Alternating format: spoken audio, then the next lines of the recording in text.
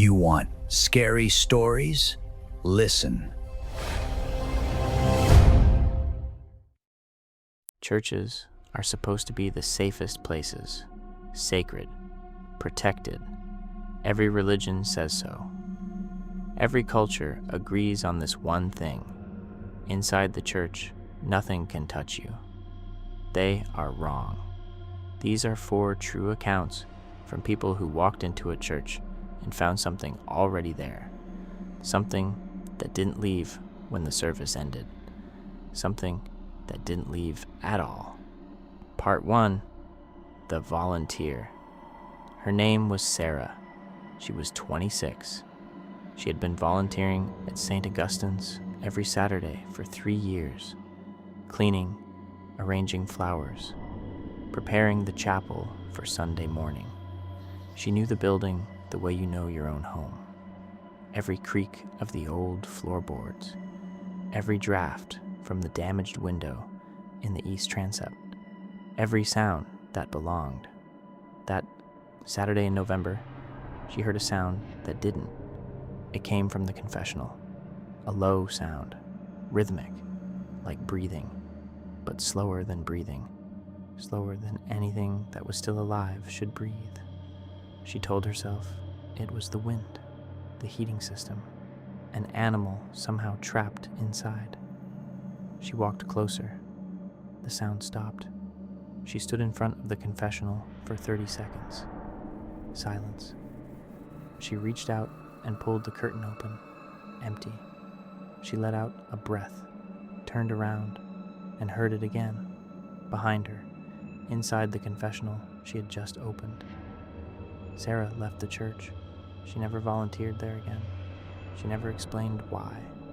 She told one person, her sister, and only said this: it was breathing, and when I looked, it stopped, and when I turned away, it wanted me to know it was still there. Part 2, The Photographer. Daniel was a professional. Architecture, old buildings, churches specifically, the light through stained glass, the geometry of vaulted ceilings. He had photographed over 40 churches in 6 years. He was not a religious man. He was not afraid of old buildings. He should have been afraid of this one.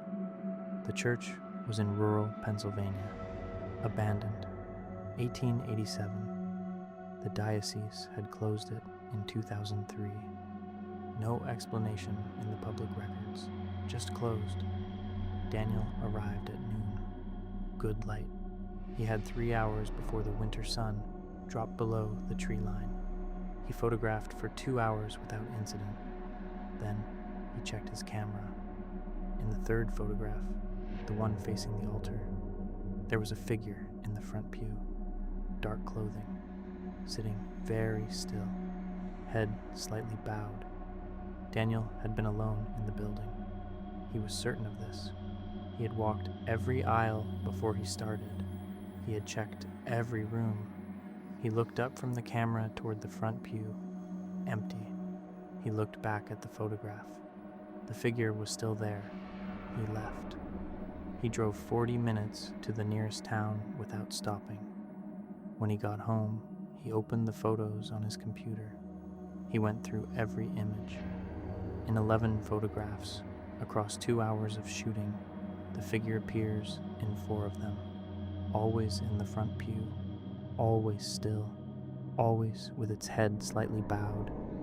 In the last photograph it appears in, the one taken at 2:47 p.m., it is no longer facing the altar. It is facing the camera. Part 3, The Caretaker. Marcus had worked at Holy Trinity for 9 years. He opened the building at 6 in the morning. He locked it at 9 at night. He knew every person who came through the doors. He had a simple rule, the kind that develops slowly, without intention. By year 3, he could not have explained it. By year 7, it was as natural as locking the doors. He never went into the crypt alone after dark. The crypt was original to the building. 1892, the lowest level, stone steps, stone walls, stone floor, Cold, the way stone is always cold in old buildings, not the temperature of the air, but something deeper, something the stone had absorbed over 100 years. One evening in February, the power went out. Marcus needed to check the junction box, which was in the crypt. He took a flashlight. He told himself it would take 2 minutes. He went down the steps. The junction box was at the far end. He crossed the crypt. He found the problem, a tripped breaker, and reset it. The lights came back on, and in the sudden light, he saw it, in the far corner, a shape, low, crouched close to the floor. Not a person. The proportions were wrong. The joints bent in directions that did not match anything that walked upright. Marcus did not run. He said later that he couldn't. He said his body simply stopped. The shape did not move. For 11 seconds, he counted later. He cannot explain why he counted. Nothing moved. Then the lights flickered once, and when they came back, the corner was empty. Marcus finished his shift. He did not tell anyone. He did not go back into the crypt for 4 months. When people asked why, he said the light was unreliable down there. He meant a different kind of light. Part 4. The Bride. This one is short, because some stories don't need to be long. Elena and her fiancé chose the church for their wedding because her grandmother had been married there. Small town, old building, the kind of church that has been in families for generations. 3 days before the wedding, she went alone to see how the flowers looked. Late afternoon. The florist had arranged everything that morning. She walked down the aisle slowly. The flowers were perfect. The light through the old windows was everything she had imagined. She sat in the front pew for a few minutes. Just sat, thinking about the next 3 days. Then she felt it, a hand on her shoulder. From behind, gentle, the way you touch someone you know well. She turned around. The church was empty. She stood up. She looked at every pew, every alcove, every shadow. Nobody. She walked to the back of the church and stood in the doorway for a moment before she left. And in the last pew, the very last one, nearest the door, the one she had just passed, there was an impression in the cushion, the shape of someone sitting, still warm.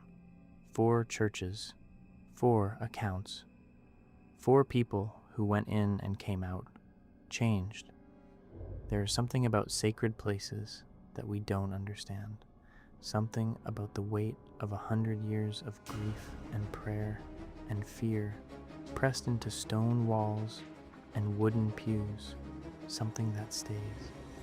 If you watched until the end, write in the comments, which story stayed with you? Would you have gone back? Subscribe. There are more stories like this, and not all of them end with someone getting out.